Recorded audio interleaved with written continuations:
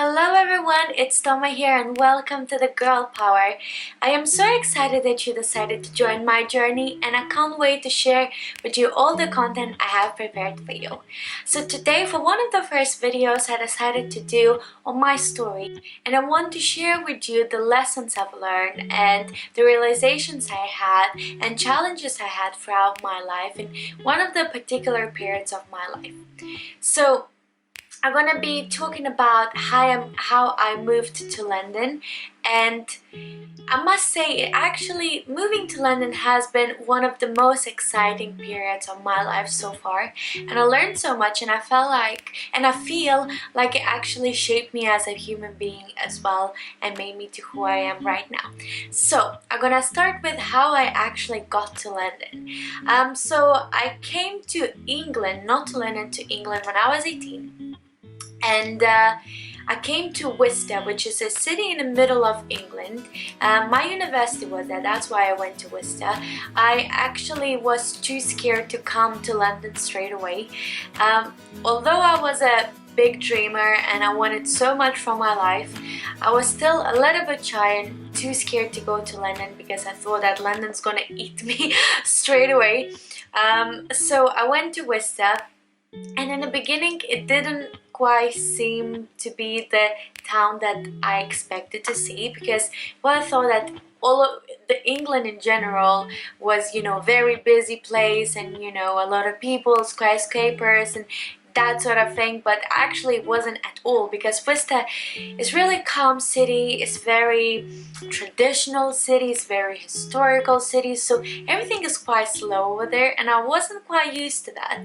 So for me it was a bit of a shocker, but I thought I'm gonna give it a try. I met a couple of new friends there and life went kind of easy over there until I actually realized that I have to find a job, and the realization came very quickly, I must say. It came on the first month of me staying in England, because I started to run out of money and I had to find a job. So I was looking for a job in restaurants and retail stores and fashion shops, and I was like giving out my CVs and hoping for somebody to call me.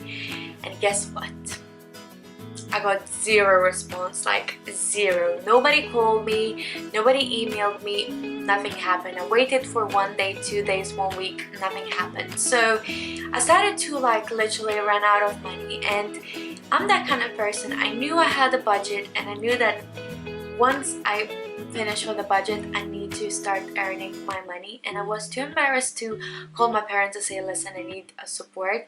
I wanted to do it myself, and I thought, because I left home and I decided to build my own life, I should actually work for it and I should actually build it, and no matter what it takes. So I was really desperate to find a job, so I found the place, which was very close to Worcester, was slightly outside my city, and it was Cake Factory. I must say it was one of the life-changing experiences I had, and it was probably one of the most challenging experiences I had in my life so far. So I got a job in Cake Factory. I was packing cakes, I was looking at the line, making sure that all the cakes are even. I got to eat cakes as well, which probably was the best thing while I was working there. It wasn't fun. Working in a factory is not fun. It's very boring, and it was just, I felt so low working there, because I wasn't growing as a person. And I remember I read this one when Tony Robbins said that people get really excited, the most excited people get when they grow, when they see that they are changing. And for me, that wasn't happening, because working in a factory, you can't really improve yourself as a person. So for me, I was lacking that self-development, and I was lacking the people skills, because I wasn't talking with anybody.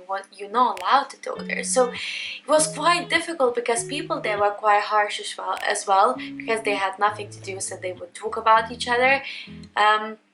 So yeah, and I was embarrassed to tell my friends where I'm working, but no matter what, deep inside I still felt proud that I was able to support myself. I was able to pay for myself, pay for my food, for my rent, and for my clothes, and everything I needed. And I felt proud that my parents didn't have to, support me, and they didn't have to think about me as, a little child anymore, which for me was a big step forwards. But back then I didn't know that this job gonna have a crazy big impact on my future life. And what it did, it made me feel really down, quite depressed and quite stressed, because all I was doing, I was studying and then I was working in a factory. It wasn't a lot of I wasn't socializing too much, and I always felt really kind of embarrassed that I was working in a factory, and I felt quite low that I was working in a factory, and I didn't want to tell anybody. I didn't want anybody to know, which made me feel so down, and my self-esteem was really down as well because of that. So I was in pain for like those 2 years, but I couldn't change anything because in Worcester I kept on trying to reapply to new places. It was still zero, and so I had to carry on. And it got to the point when I realized that I need a change and I need to do it now. I can't wait for next year, half a year. I need to do it now. I decided to move to London. So I packed my stuff, I took the coach and I went to London. And as soon as we reached London, I realized that this is where I belong. I realized that that's where I want to stay. I love the skyscrapers. I love the fast pace that London has, and fashionable people and people talking with each other, and it's just the whole lifestyle, and I just loved it so much. And that was my first impression on London. And on the second day I went for an interview with one of the luxury fashion retail agencies, and that day I gone through 3 interviews and I got hired by them. And at the end of the last interview they said that they're going to send me to one of the luxury brands interview tomorrow, like a next day. And when they told me the name of the brand, I was shocked because I thought that I'm never going to even walk into that shop, and now I'm going for an interview, which was amazing. And I just remember thinking that day, it was the second day in London, I was just thinking that this was the life I was after, and it was almost like a dream becoming true, because there I was going for an interview for the amazing company, amazing city. I just felt alive again. And so I went for the interview, I got a job, and that's how I started my summer 2013. And I must say, it until now it was, and it still is, one of the best summers I've ever had in my life, because I was excited. I was again really full of love, life, joy, and all these kind of things, and I just wanted to share it with everybody. So I met a lot of people. I improved my English as well. We were really poor before.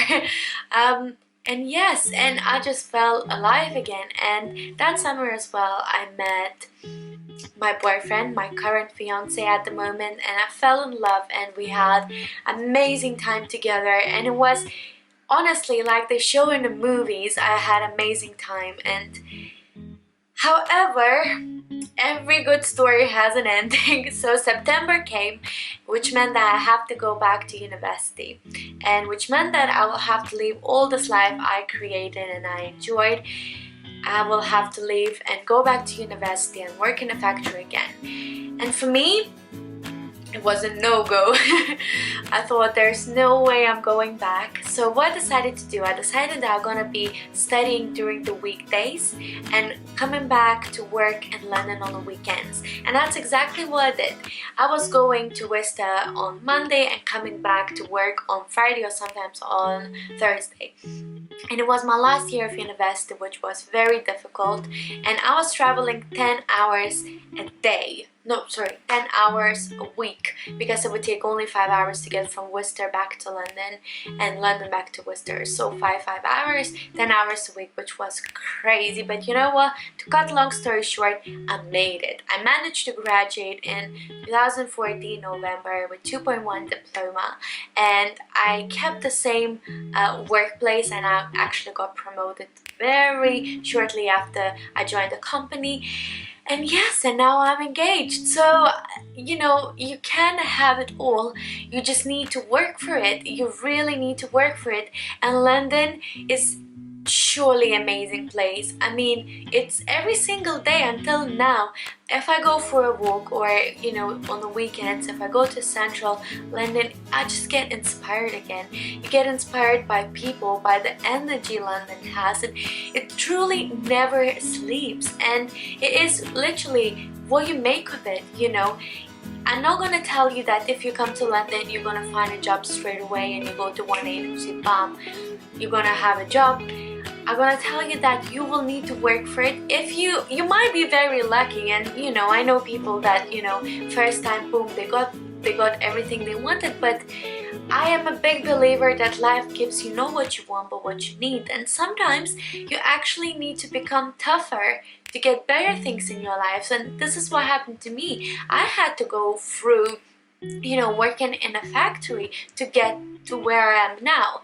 And I might say, you know, the factory experience wasn't necessary, but I know for sure that it actually was really crucial, because it made me feel stronger person. It shaped me as a person. And I know now that I'm not scared of any challenges at all, because walking from factory back home at night for 1 hour, I'm not scared of anything anymore. And yeah, you just really need to work hard and not being scared of new experiences and new challenges, because that's how you grow. So the last part of the story, I wanted to say that I had to have another wake-up call.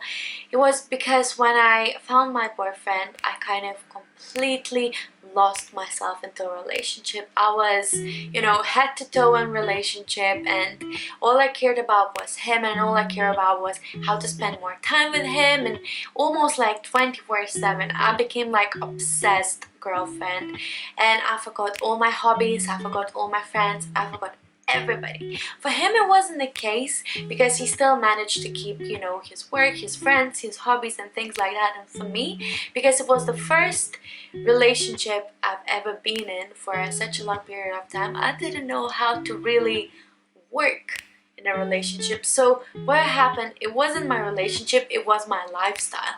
So I think relationship should be a very important part of your life, but it shouldn't become a lifestyle, because then you lose yourself. And that's what happened to me. And I remember I used to complain to my boyfriend saying, oh, you're not giving me enough attention, you don't want to do this, you're working, you're doing that. And then he said, Toma, you need to do something for yourself as well. It's not healthy to, you know, always be together wherever you go, but you know, you need to have a time for yourself. And then for me was that aha moment, and I was like, yeah, what I'm doing with my life, you know, in order for you to grow as a person and grow in a relationship, you need to be 100% as well. You need to have your own time, you need to have your own hobbies, and you need to have your own friends, because otherwise you will get lost and your relationship's gonna suffer and you're going to suffer, and hence your life will suffer. So that's what I decided to do. I started to dance again, because before that I was dancing for 12 years and then I stopped once I came to England. So now I'm dancing again, and what I decided to do, I decided to create this YouTube channel so I could share everything I learned about self-development, everything I learned through my life and going through crazy failures and doing biggest mistakes. And you know, I think sharing it with other people, it's like that's how you learn as well. It's not always in the books and it's not always on a computer. We people, I think what is amazing about our planet, that it's full of people and every single person has an amazing story, and hearing these stories and maybe learning from those stories would really make us bigger as people. And that's what I believe. So that's why I created this channel, and I hope all of us could create amazing community and learn from each other and support each other and really make this world a beautiful place to live. So guys, thank you so much for listening. I hope you enjoyed the video. Please leave me the comment if you did or if you didn't, so I can always improve. If you have any more questions, you're more than welcome, and I would be very happy to answer to all your questions as well. So stay tuned for more videos. Thumbs up if you liked it, subscribe for more, and I hope to see you in my next video. Bye bye.